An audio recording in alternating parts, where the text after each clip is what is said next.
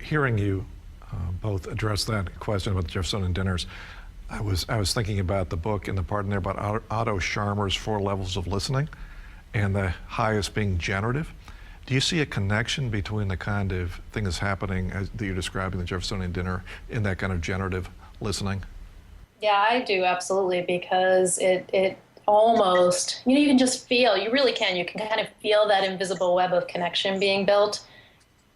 When you feel it whenever you're in a room and just everybody, like as Jeff said, walls come down and it is palpable, as I said before, and that's what generative listening is. It's not about, who I am on paper, but it's about who we all are together. And that, maybe not in the first few minutes, and again, I think that's where the moderation becomes powerful, but you can feel as people are going deep, going around and you're seeing where we all share, it becomes just naturally generative listening, which many people don't practice ever. And so it's a great venue to do that.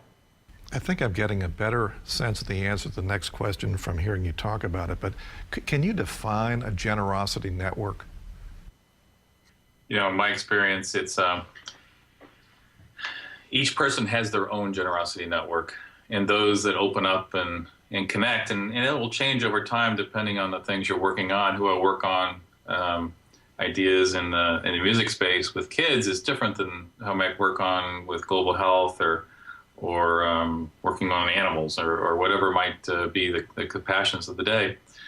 But building those networks so that you can move in and out is like a great jazz band. Moving out, an instrument you need or for this song or let somebody perform, in a more strong way is what building your own network's about. And you can do that, from your local food bank and figuring out the network of people who are also interested in the same issues to larger issues within the state or city or international issues as well.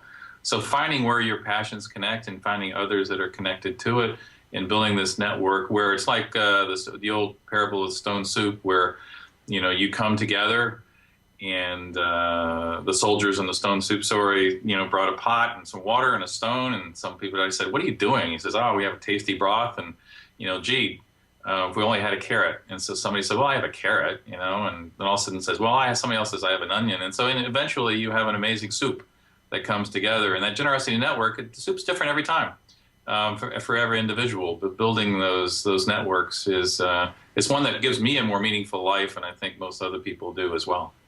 I think the jazz metaphor is such a good one for what a generosity network is, because in a jazz band, everybody's playing their own instrument, but they're playing it in a way that, when you're, again, dropping walls, when you're really moving into the music, just greater and greater heights are reached, and it's not prescribed in a lot of ways. It's improvisational, and so you allow yourself to take risks that you might not otherwise take if you're just playing the notes on a piece of paper. And so I love the jazz band metaphor. Jeff and I worked for many years with Quincy Jones and have a great fondness for jazz, but it really does embody kind of what a generosity network is, because at the end of the day you are achieving something great potentially, and if you're not, you're learning. And I think it's really what we're striving to invite people to do.